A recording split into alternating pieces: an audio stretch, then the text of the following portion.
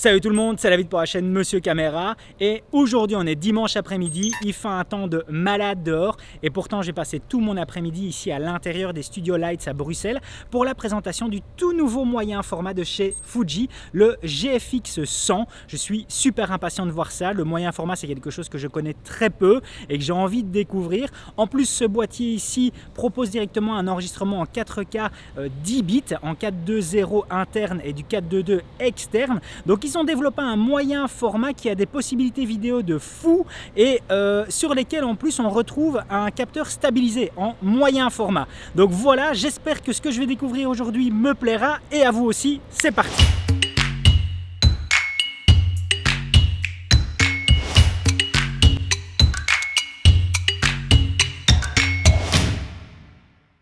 Ah oui, par contre je suis pas tout seul, il y en a peut-être un que vous connaissez. Il fait semblant de travailler. Salut. Bonjour, comment ça va? Ça va bien, ça va bien. Vous connaissez Pierre, la chaîne des éleveurs de pixels pour de la photo et de la vidéo. Une petite mine d'or cette chaîne-là. On va voir quoi aujourd'hui Pierre? Le GFX de chez Fujifilm, GFX 100. Je pense, à mon avis, vu le studio, on a mis notre petite tête à l'intérieur de cet énorme studio. Ça va vraiment être très très chouette.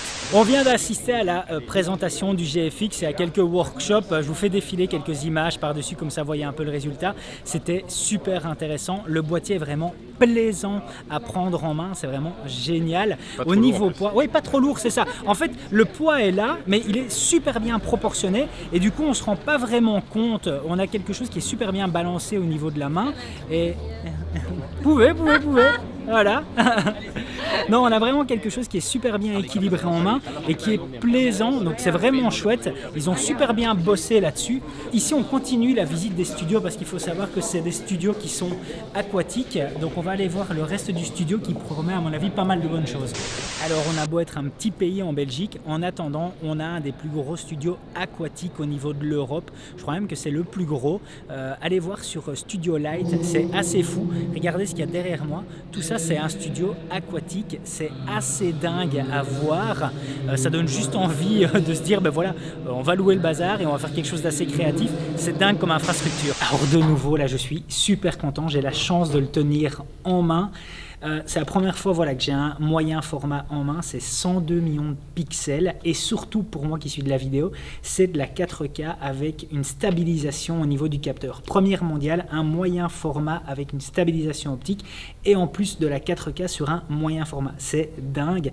Alors ce qui est fou, c'est que tout ça représente un certain poids, mais c'est super bien balancé. On s'est fait vraiment la réflexion avec Pierre de la chaîne des éleveurs de pixels, c'est que en fait c'est plus léger que ce qui me paraît. Donc c'est ça qui est dingue. Ici le viewfinder est assez imposant, mais on sait complètement le retirer au niveau de la griffe. C'est génial, on a vu un peu comment il fonctionnait. Logiquement, dans les prochaines X semaines, on devrait l'avoir en prêt pour voir ce que ça donne. Alors évidemment, c'est vraiment du plaisir, c'est de l'excitation parce que c'est pas forcément du produit qui est accessible pour nous, mais je pense à mon avis qu'on va vraiment s'éclater sur le résultat parce que moi d'un point de vue vidéo, de voir un autre univers avec le moyen format et puis Pierre pour de la photo en plus de la vidéo, c'est vrai que moi je fais vraiment que de la vidéo donc je suis super content parce que voilà, c'est un boîtier aussi qui s'adresse aussi pour moi au niveau de la vidéo et que je suis vraiment curieux de découvrir. J'ai un peu du mal, j'ai pas ce système encore automatique de conversion même par rapport aux objectifs. Ici par exemple on a un 32-64, et ben j'ai pas ma table de conversion pour me dire ben voilà ça correspond à telle chose sur du plein format ou par rapport à du micro 4 tiers. Donc c'est vraiment un autre univers, c'est chouette de voir ça parce que voilà pour l'instant il y a énormément de choses qui sortent au niveau des boîtiers plein format, au niveau du micro 4 tiers, mais de nouveau avoir du moyen format ici, ben, c'est quelque chose de nouveau qui est chouette. Et en plus le boîtier a une gueule de dingue, cette prise en main, moi comme je le dis toujours, ça ne m'ennuie pas qu'un boîtier soit gros, mais il faut que l'ergonomie soit bonne et il faut avoir quelque chose de léger.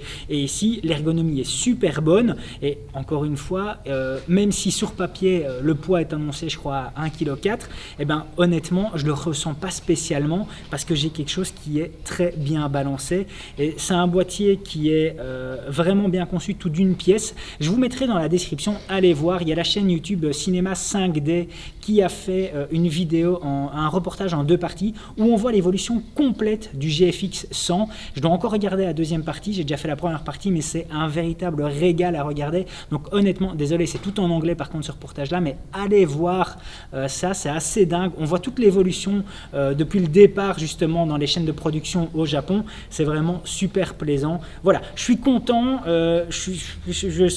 connaissez un peu, vous voyez, à chaque fois que j'ai un nouveau produit, je suis toujours un peu excité, mais là de nouveau c'est un autre univers et c'est vraiment dingue à voir.